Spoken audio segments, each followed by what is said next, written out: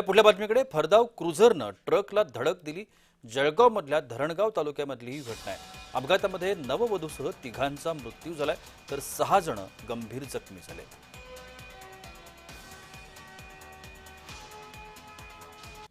आम्हाला 2 दिवस झोप होती डोळ्यात ना। काल बी रातभर गाडी, आज बी रातभर गाडीत होतो। त्या झोपीमुळे झाले। तरी ड्रायव्हरला आम्ही झोपवर 2 तास आम्ही तिथे नाश्ता पाणी केला मग निघालो। अचानक कसं गाडी का मला माहितच नाही, पाठी बसायला पूर्ण दबलं होतं। कसं तरी देवानच काढलं मला वर। आम्ही सर्वजण आमच्या घरामध्ये फॅमिली तर आमच्या बहिणीला घेऊन घरी चाललो होतो तर हे अपघात झाला आमच्यासोबत। तर आम्हाला पण समजलं काय झालं काय नाही म्हणून आम्ही गाडी ठोकल्या गेली। गाडी काय झालं आम्हाला समजलंच नाही। पुढल्या बातमीकडे 1 मे पासून एलपीजी सिलेंडरच्या नियमामध्ये मोठ्या बदलाचे संकेत आहेत। अपघाताची ही बातमी आहे।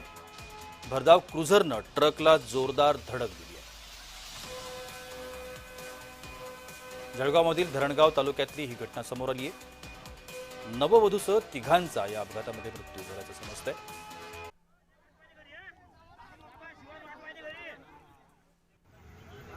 ज्या ठिकाणी अपघात झाला त्या ठिकाणची दृश्य आपण पाहतो आहोत। जळगावमधली ही घटना समोर आली।